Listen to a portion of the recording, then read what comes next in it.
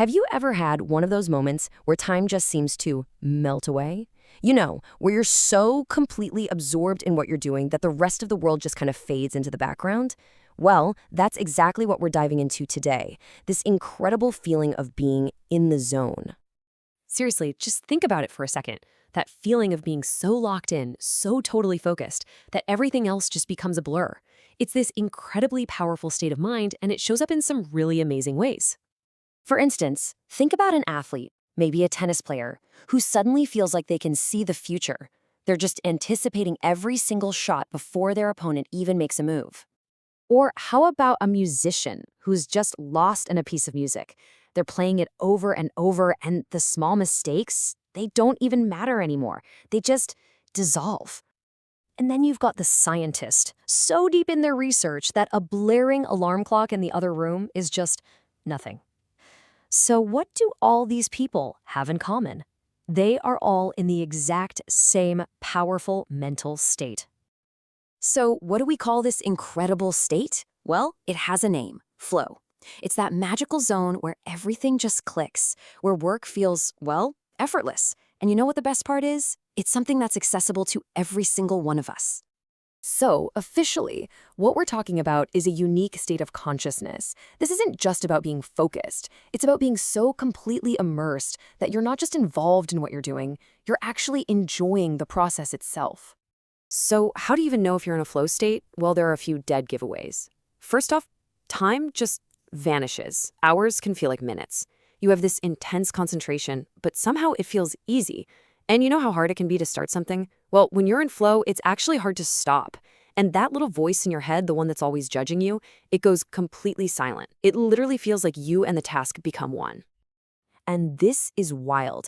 It's not just a feeling. It's something real that scientists can actually see happening in your brain. Brain scans show that during flow, activity in the prefrontal cortex, that's the part responsible for your sense of self, your inner critic, it actually quiets down.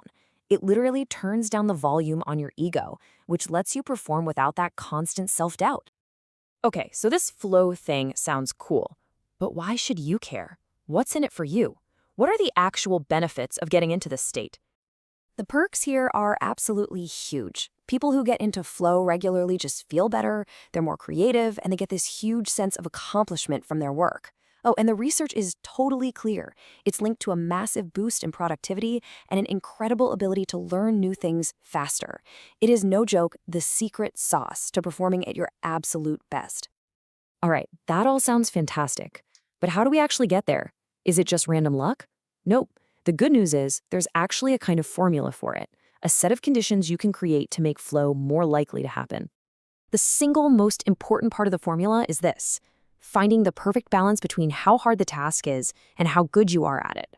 See, if it's too easy, you get bored. But if it's way too hard, you get totally stressed out and frustrated. Flow happens in that perfect sweet spot right in the middle.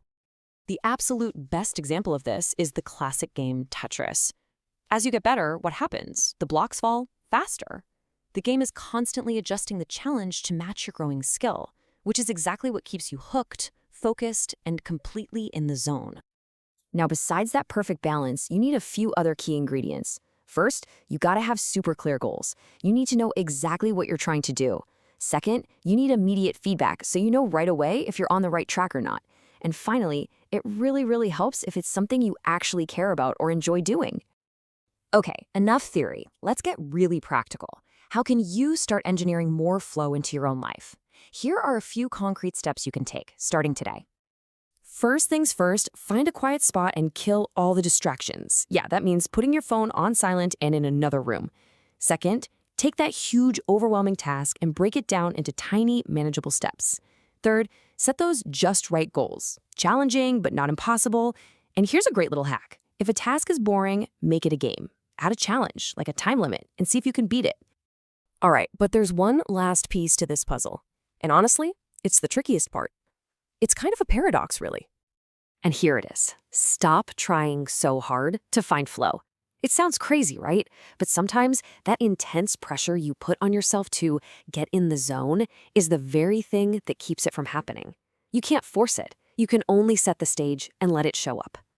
Because at the end of the day, the biggest barrier to flow isn't some deep psychological issue. Most of the time, it's just good old fashioned procrastination. The secret? Just start. Just show up. Get on the racetrack, whether that's your laptop, a canvas, or your running shoes, and just start moving. If you do that, flow has a funny way of finding you all on its own.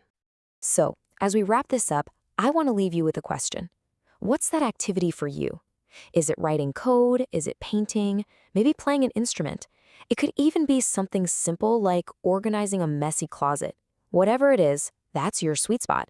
That's where you'll find your flow.